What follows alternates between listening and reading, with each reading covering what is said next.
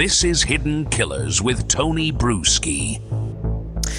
Is Diddy himself behind some of the frivolous lawsuits that have been coming against him? You know, the ones that fall apart just below the surface and have really, really shocking allegations in that may involve him or other people that really get big headlines. You're fighting for your life and you're fighting for your reputation. And there's a slew of legitimate suits against you, including a federal investigation, which, let's be honest, is going to be the final nail in the coffin here for Mr. Diddy, very likely.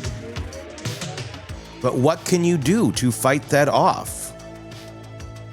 Well, if you introduce into the ether a whole bunch of lawsuits that turn out to be completely false, makes the general public start to wonder, well, are all these other ones false too? The ones that are legitimate? Stick with me. This is an idea. This is a theory. This is not proven, and I'm not accusing the attorney or the individual who is filing these lawsuits of filing them frivolously. I'm just asking the question that, could there be something else going on here? Should we look into this a little bit more? Because clearly, when you look into some of these lawsuits, the claims being made are easily disproven. Not all of them, just some. Let's talk about what doesn't add up, because this is quite the case.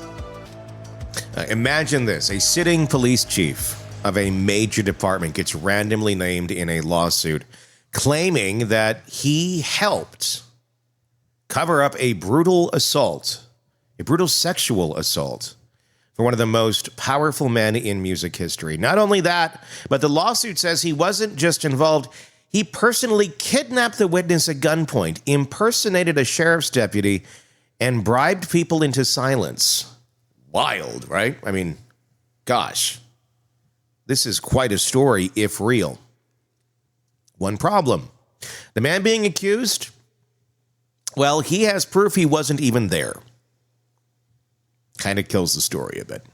We're talking about Chief John Pelletier of the Maui Police Department, a man who now has receipts proving he was in Las Vegas on the exact night he was allegedly strong-arming people at a house party in California that's 560 miles away, a 8-hour drive, roughly.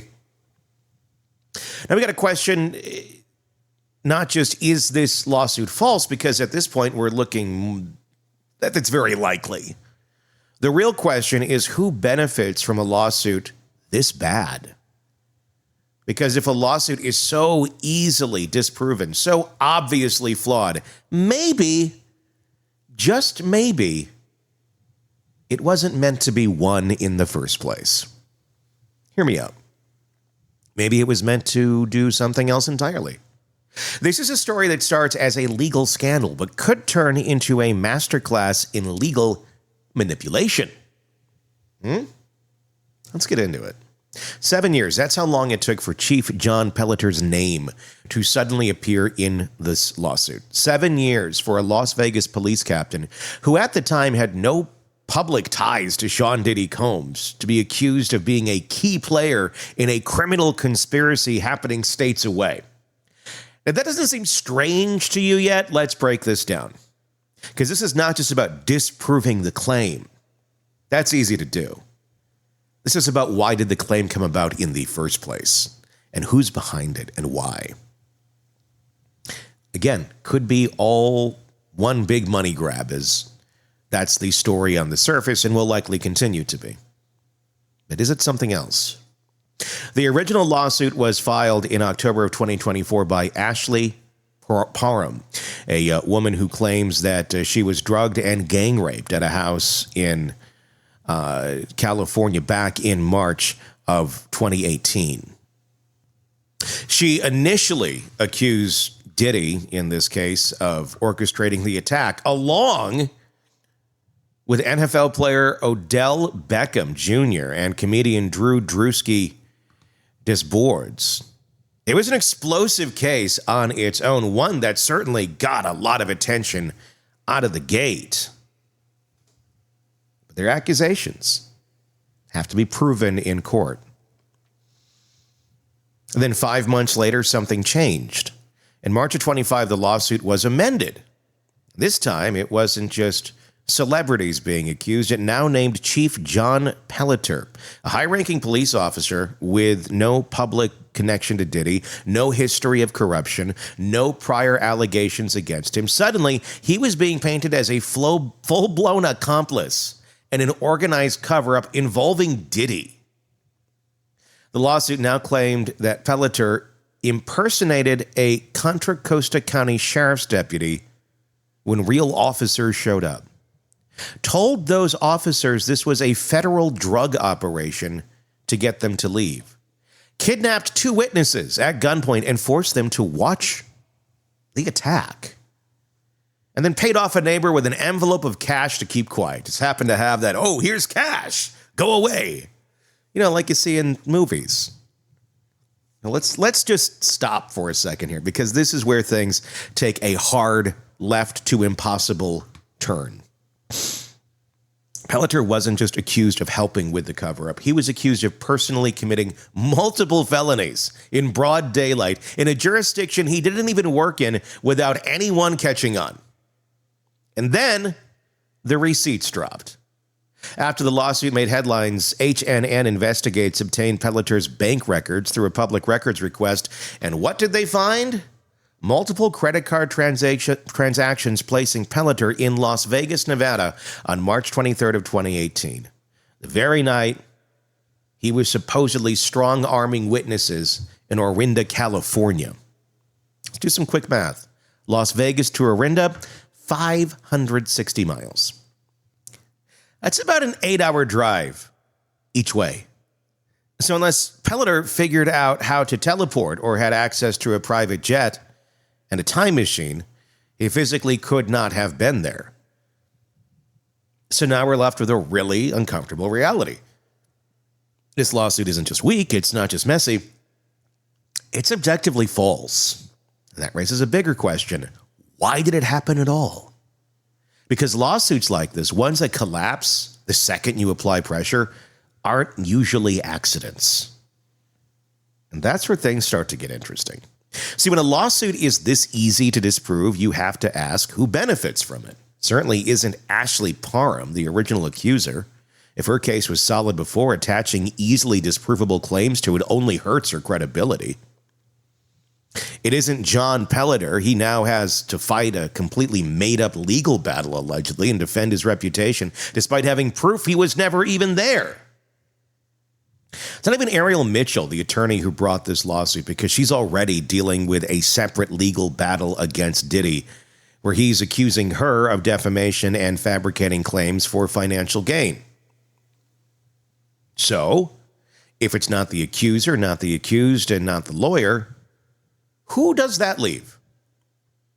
Because there's one person who does seem to benefit from this mess, and it's not who you might think it is. Who benefits?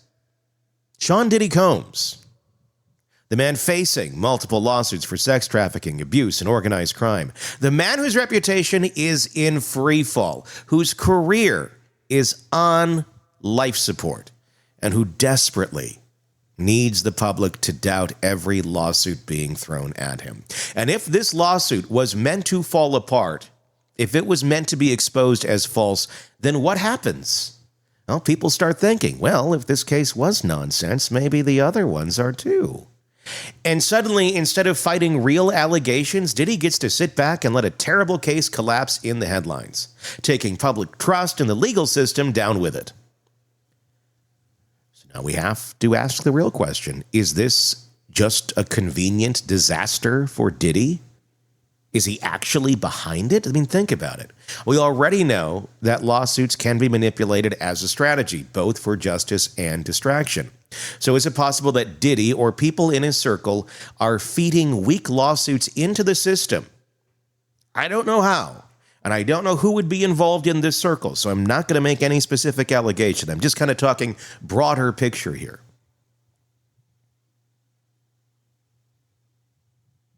Is someone involved in this? Is the person who's making the claims involved in this? Knowing it's not going to look good in the public, but at the end of the day, maybe there's a payoff or something. I don't know. I mean, these are just ideas coming from my mind because it doesn't add up. Unless, it could simply honestly be someone really going in for a payday thinking nobody is going to check if the T's are crossed and the I's are dotted. That does happen. But there's been so much strategic legal maneuvering in the world of Diddy over the last 3 decades.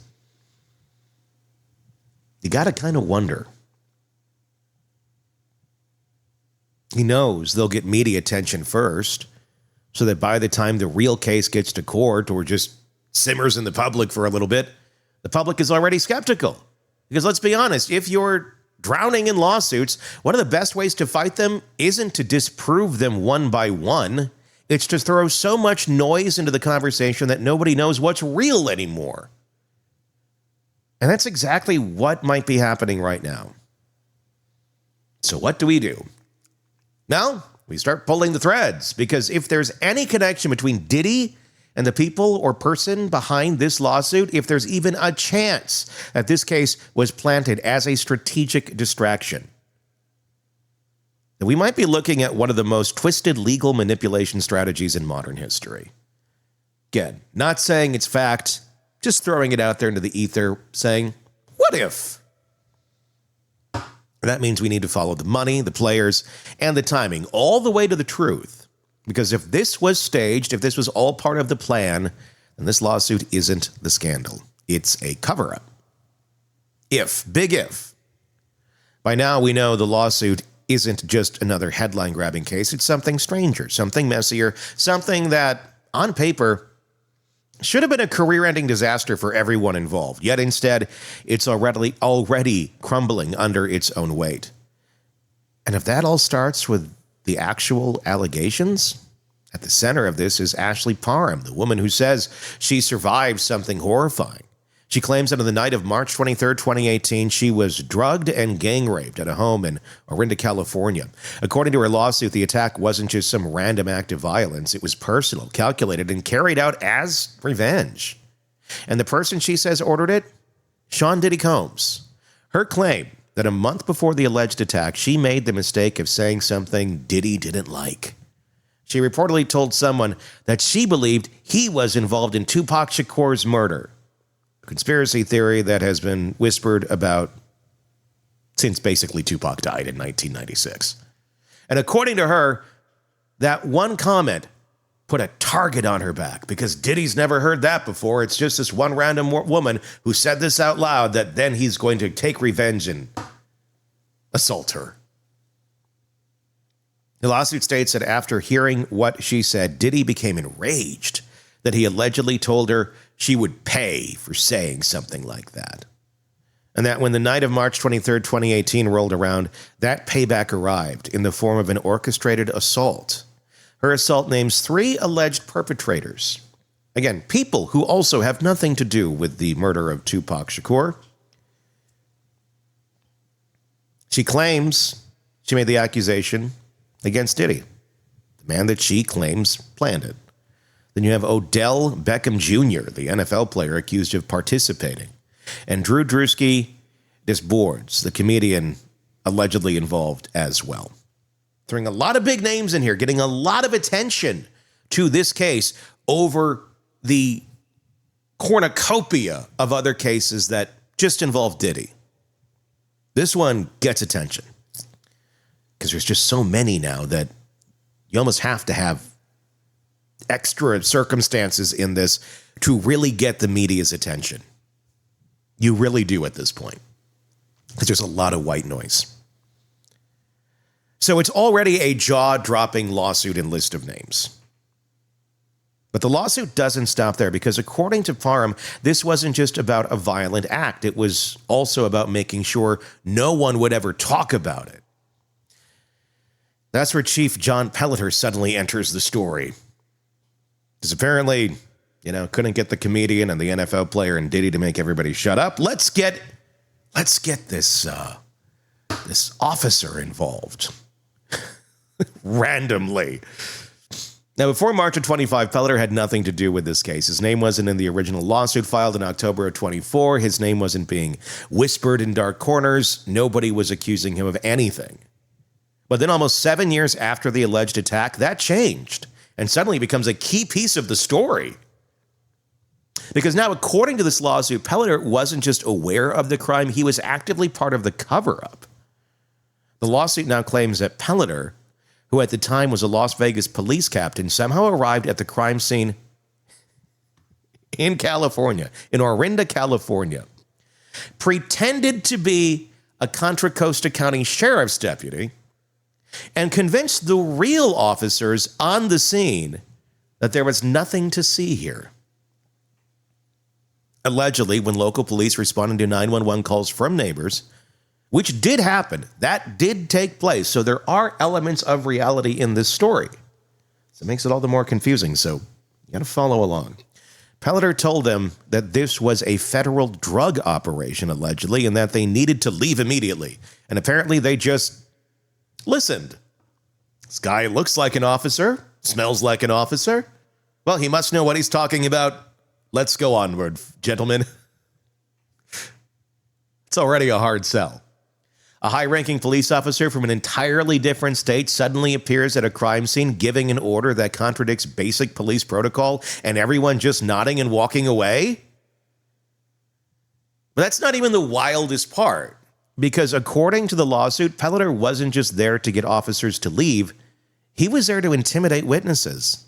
Two people named in the lawsuit as Jane Doe and John Doe claim that Pelletier kidnapped them at gunpoint, forced them into a car, and drove them to the scene of the assault where they were made to watch what happened to Parham.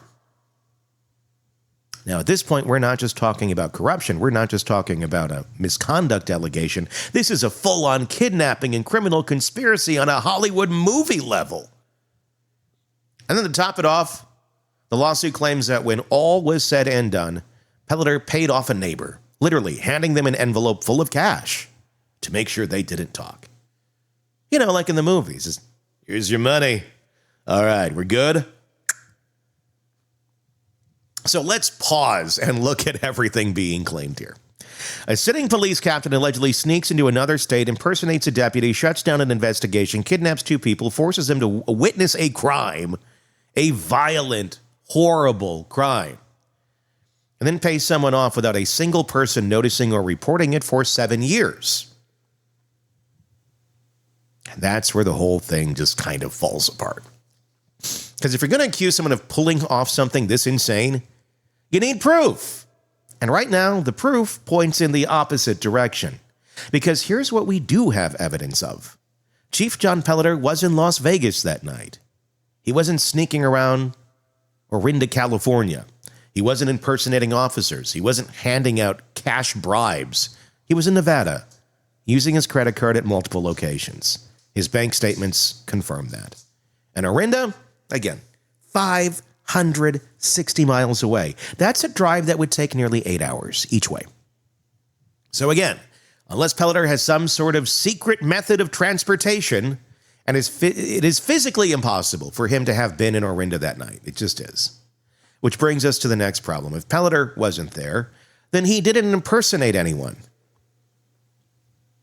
If Pelletier wasn't there, then he didn't kidnap anyone. And if Pelletier wasn't there, then he didn't bribe a neighbor. And if those claims are false, what does that say about the rest of the lawsuit? Because once you prove that one part of the story is a lie, the entire case starts looking a little bit shaky. That's why people are starting to ask questions, not just about Pelletier's alleged involvement, but about why this lawsuit suddenly went from a serious case to a total mess, and why Pelletier's name only gets added in March of 2025. Why wasn't he part of the original lawsuit from October of 2024? And why would a seasoned police officer randomly risk everything to get involved in something this reckless? Because right now the facts do not support the claims.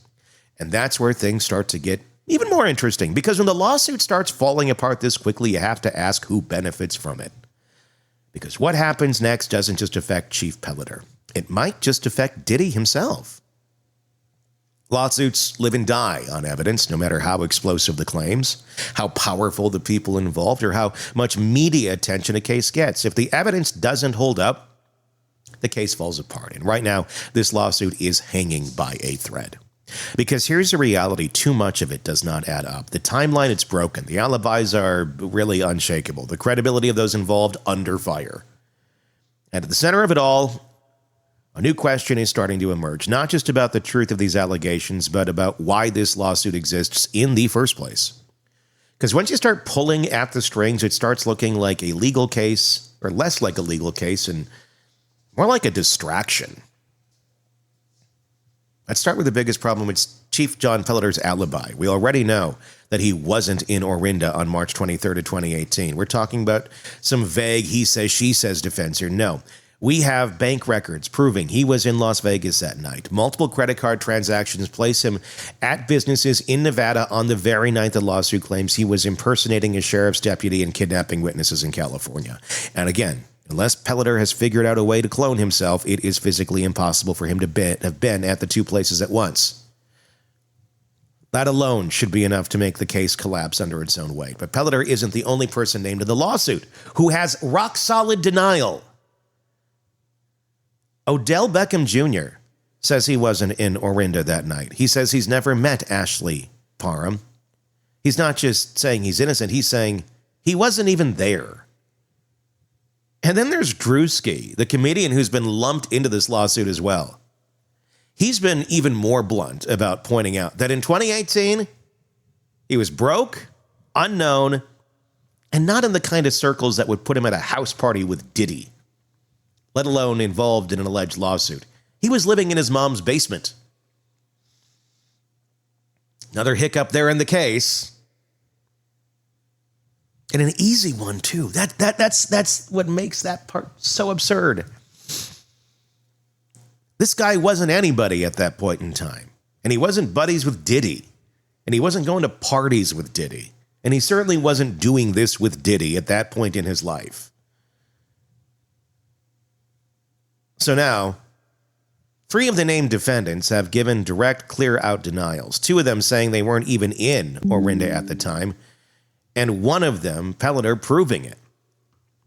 Which begs the question, how does this lawsuit still exist? Because when 3 of the accused weren't even present, you're not just dealing with flimsy accusations, you're dealing with a complete breakdown of credibility. That brings us to the next major issue, the original 2018 police investigation itself.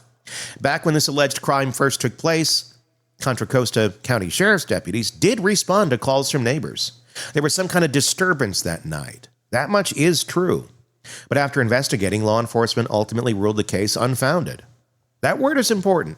It doesn't necessarily mean that nothing happened. It means that whatever was reported could not be verified, could not be proven, and wasn't strong enough to pursue charges. So if we're supposed to believe that this was some massive orchestrated attack with high-profile figures, witness kidnappings, and an actual police chief involved in the cover-up, then why did the original investigation go nowhere? And if this was really as brazen and outrageous as the lawsuit claims, shouldn't there have been something, anything, that raised alarms back in 2018? Instead, what we have is a case that was investigated and closed years ago, only for it to mysteriously resurface in 2024, conveniently at the same time that Diddy is facing multiple lawsuits for trafficking and abuse.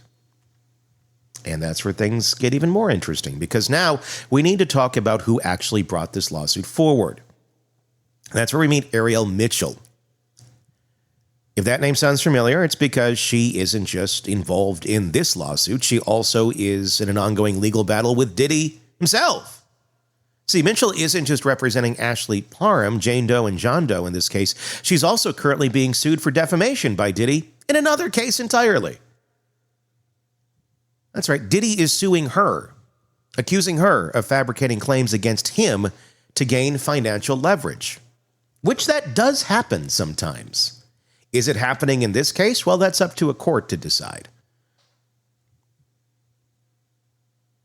So now we have a situation where the lawyer bringing the lawsuit is already being accused of dishonesty in another case.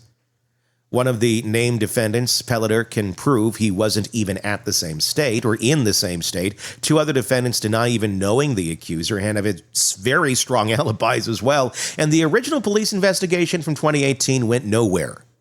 That's a lot of problems. And yet, despite all of that, there are still things about this case that cannot be ignored, because while the Pelletier allegations may be provably false, that doesn't automatically mean everything in the lawsuit is a lie. For one, we know that multiple plaintiffs, Parham, Jane Doe, and John Doe, all claim the same events happened. That means we're not just dealing with one person making an accusation. We have multiple people telling a similar story. Then there's the 911 calls. While the lawsuit's claims are falling apart in some places, we know that neighbors did call the police that night. Something was happening in that house, enough for people outside to hear it and to report it. And then there's Parham's medical records. A few weeks after the alleged assault, she went to a hospital where medical professionals flagged her case for law enforcement. So, while parts of this lawsuit are imploding, there are still pieces that do hold weight. That's exactly what makes this case so dangerous, because when a lawsuit has a mix of truth and fabrication, it creates confusion. And confusion is Diddy's best friend right now. Because what happens next isn't just about the case, it's about all the other lawsuits against Diddy. The Maui Police Commission will meet on March 19th to decide whether to put Pelletier on leave, even though we now know he wasn't even at the crime scene.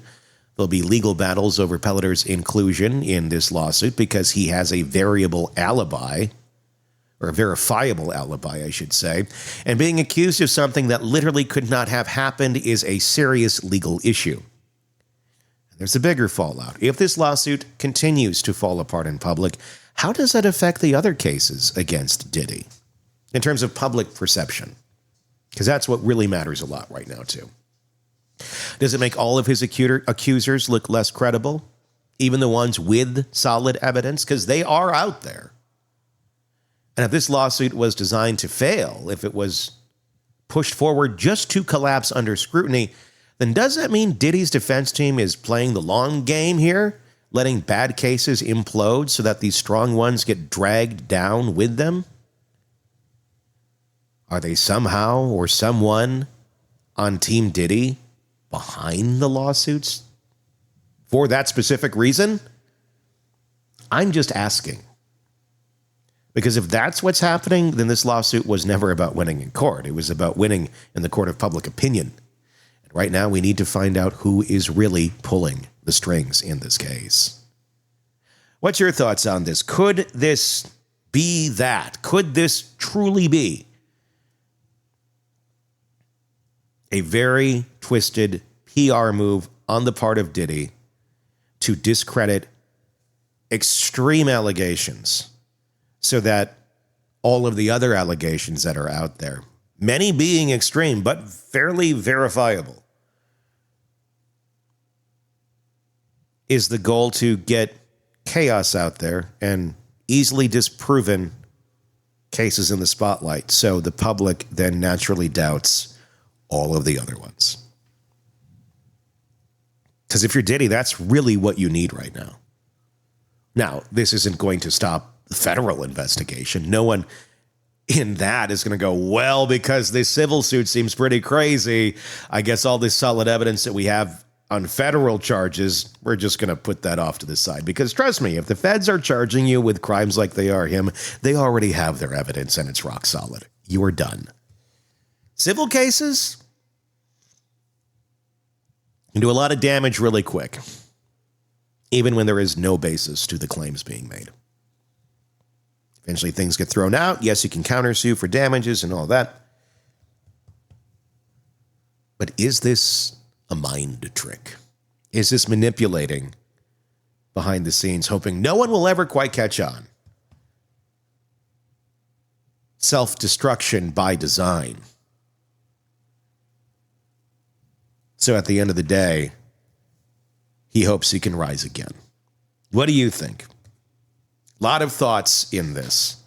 Again, this case could be 100% legitimate, but just look at the facts and we look at what's out there right now. Doesn't appear to be so.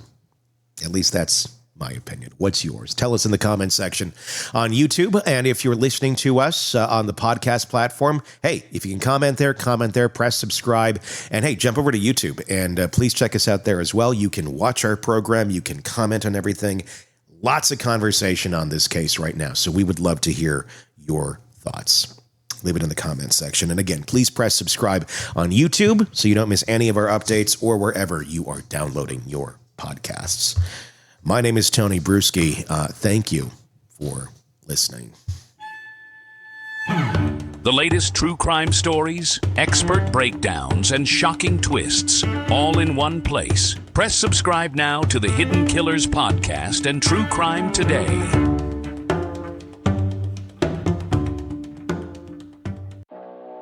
She was a doting mother, the kind who baked cookies, made the best homemade Halloween costumes, and never missed a PTA meeting. The perfect mom. Until the police found something buried in the backyard. A secret she kept for years. A secret she thought would never come to light. The neighbors gasped. Not her. She's so nice. But people forget.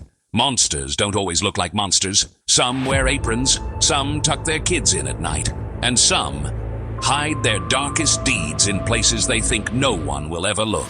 If only someone had heard the warning signs, had recognized the patterns from an eerily similar case on Hidden Killers with Tony Bruschi. If they had only subscribed to True Crime Today Premium Plus on Apple Podcasts, they could have listened ad-free before anyone else and saved themselves from baking cookies with a serial killer.